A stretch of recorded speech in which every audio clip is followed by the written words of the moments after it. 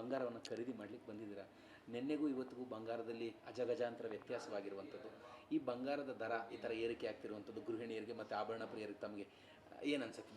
ಅಯ್ಯೋ, ಅದು ತುಂಬಾ ಕಾಸ್ಟ್ಲಿ ಅನಿಸ್ತಾ ಇದೆ ಸರ್. ನಾವು ಕೂಲಿ ಮಾಡೋರೆ, ಯಾಕಂದರೆ 1 ಗ್ರಾಮ್ ಸಹ ತೊಗೊಳಕ್ಕಾಗ್ತಾಯಿಲ್ಲ. ಈಗಿನ ಜನ್ರೇಷನಲ್ಲಿ ಒಂದು ತಾಲಿ ಮಾಡ್ಸೋಕ್ಕೂ ಸಹ ಆಗ್ತಾಯಿಲ್ಲ. ನಮ್ಮಂಥ ಮಿಡ್ಲ್ ಕ್ಲಾಸ್ ಅವರು ಇರೋರು ಬೇಕಾದರೆ ಹಾಕಿ ತೊಗೊಂಡು ಸ್ಟಾಕ್ ಮಾಡ್ಕೊಳ್ತಾ ಇದ್ದಾರೆ. ಆದರೆ ನಮ್ಮಂಥವ್ರಿಗೆ ತುಂಬಾ ಏಟ್ ಬೀಳ್ತಾ ಇದೆ. ಅದು ವೇಸ್ಟೇಜು ಕೂಲಿ GST ಅಂದ್ರೇ ಅದರಲ್ಲೇ ನಮಗೆ ಒಂದು ಅರ್ಧ ಗ್ರಾಮ್ ಚಿನ್ನ ತೊಗೊಂಡ್ಬಿಡ್ಬೋದು, ಅಷ್ಟು ರೇಟಾಗಿ ಕೂತಿದೆ. ಆದರೆ ಇದು ಇನ್ನೂ ಎಲ್ಲಿವರೆಗೆ ಹೋಗುತ್ತೆ ಅಂತ ಗೊತ್ತಿಲ್ಲ. ಈಗ ಗೋರ್ಮೆಂಟ್ ಮಾಡ್ತಾ ಇದೆಯೋ ಅಥವಾ ಮೇಲಿನವ್ರು ಮಾಡ್ತಾ ಇದ್ದಾರೋ ಏನು ಅಂತ ಗೊತ್ತಾಗ್ತಾ ಇಲ್ಲ. ಆದರೆ ತುಂಬ ಬಡವರಿಗಂತೂ ಇದು ತುಂಬಾ ಏಟ್ ಬೀಳ್ತಾ ಇದೆ. ಏನು ತೆಗೆದುಕೊಳ್ಳೋಕೆ ಬಂದಿದ್ರಿ? ನಮ್ಮ ತಾಯಿಗೆ ಅದು ಒಂದು ಕರಿಮಣಿ ಗುಂಡು ಕೊಡಿಸಿದ್ದೆ ಒಂದು 15 days ಬ್ಯಾಕ್. ಅದು ನೋಡಿದ್ರೆ ಈಗ ಅವ್ರು ಬೇಡ ಅಂದರು. ನಾವು ಇಡಕ್ಕೆ ಹೋದ್ರೂ ಕಷ್ಟ ಅಂತ ಇಡಕ್ಕೆ ಹೋದ್ರು ₹1 ಕೊಡಲ್ಲ ಅದಕ್ಕೆ. ಮತ್ತೆ ಎಕ್ಸ್ಚೇಂಜ್ ಮಾಡೋಕ್ಕೆ ಬಂದೆ. ಇವತ್ತಿಂದ ಅವತ್ತಿಗೆ ಇವಾಗ ಸುಮಾರು 50-60-70 ಸಾವಿರ ಜಾಸ್ತಿ ಕೊಡಬೇಕು. ಒಂದು 12 ಒಂದು ಬಳೆ ತೊಗೊಳಕ್ಕೆ ಬಂದು ಸಿಂಗಲ್, ಅವತ್ತು 60-70 ಸಾವಿರ ಡಿಫ್ರೆನ್ಸ್ ಇದೆ. ಹೇಗೆ ಅನ್ಸುತ್ತೆ ಮೇಡಮ್ ಈ ದರ ಏರಿಕೆ ಆಗ್ತಾ ಇದೆ? ಅಯ್ಯೋ ಸರ್, ತೊಗೊಳಕ್ಕಾಗಲ್ಲ ಸರ್. ದಯವಿಟ್ಟು ಯಾರೂ ಅಂಗಡಿಗಳ ಕಡೆ ಮುಖನೇ ಹಾಕಲ್ಲ. ದಯವಿಟ್ಟು ಬರಲ್ಲ. ನಮ್ಮಂಥವ್ರಿಗೆ ಏನೂ ಇದ್ದಿಲ್ಲ. ಒಂದು ಕಷ್ಟಕ್ಕಂತ ಬೇಕು. ಒಬ್ಬರು ಮನೆ ಕಡೆ ಹೋದ್ರೆ ₹1 ಈಸ್ಕೊಬರೋಕ್ಕಾಗಲ್ಲ. ಕಷ್ಟಕ್ಕಾದ್ರೂ ಬೇಕು ಅಂತಲೇ ನಾವು ತೊಗೊಳಕ್ಕೆ ಬರೋದು. ತೊಗೊಂಡೋಗಿ ಕೊಟ್ಟರೆ ದುಡ್ಡು ಕೊಡ್ತಾರೆ. ಏನಿದೆ ಇದೆ ಅಂತ ಕೇಳ್ತಾರೆ ಹೋದ್ರೆ ಅಂಗಡಿಗಳಲ್ಲಿ. ಒಂದೇನು ಇಲ್ದಿದ್ದು ₹1 ತೊಗೊಳಕ್ಕೆ ಬರಲ್ಲ ಎಲ್ಲೂ ಹೋದ್ರೂ ಸಹ.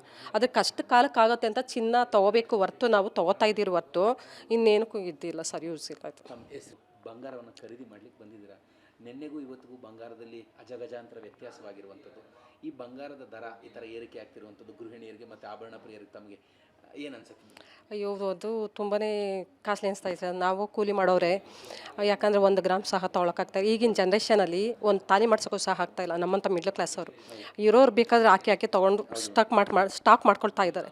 ಆದರೆ ನಮ್ಮಂಥವ್ರಿಗೆ ತುಂಬಾ ಏಟ್ ಬೀಳ್ತಾ ಇದೆ. ಅದು ವೇಸ್ಟೇಜು ಕೂಲಿ GST ಅಂದ್ರೇ ಅದರಲ್ಲೇ ನಮಗೆ ಒಂದು ಅರ್ಧ ಗ್ರಾಮ್ ಚಿನ್ನ ತೊಗೊಂಡ್ಬಿಡ್ಬೋದು, ಅಷ್ಟು ರೇಟಾಗಿ ಕೂತಿದೆ.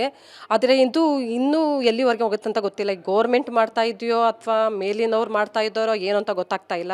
ಆದರೆ ತುಂಬ ಬಡವರಿಗಂತೂ ಇದು ತುಂಬಾ ಏಟ್ ಬೀಳ್ತಾ ಇದೆ. ಏನು ತೆಗೆದುಕೊಳ್ಳೋಕೆ ಬಂದಿದ್ರಿ? ನಮ್ಮ ತಾಯಿಗೆ ಅದು ಒಂದು ಕರಿಮಣಿ ಗುಂಡು ಕೊಡಿಸಿದ್ದೆ ಒಂದು 15 days ಬ್ಯಾಕ್.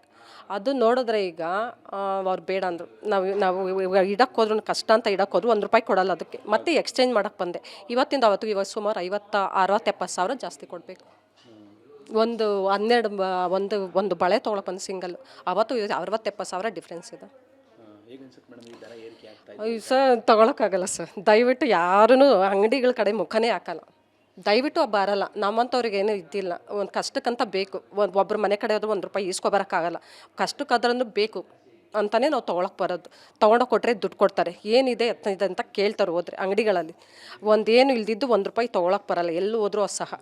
ಅದು ಕಷ್ಟ ಕಾಲಕ್ಕಾಗುತ್ತೆ ಅಂತ ಚಿನ್ನ ತೊಗೋಬೇಕು ಹೊರ್ತು ನಾವು ತೊಗೋತಾ ಇದ್ದೀರಿ ಹೊರ್ತು ಇನ್ನೇನಕ್ಕೂ ಇದ್ದಿಲ್ಲ ಸರ್, ಯೂಸ್ ಇಲ್ಲ. ಆಯಿತು.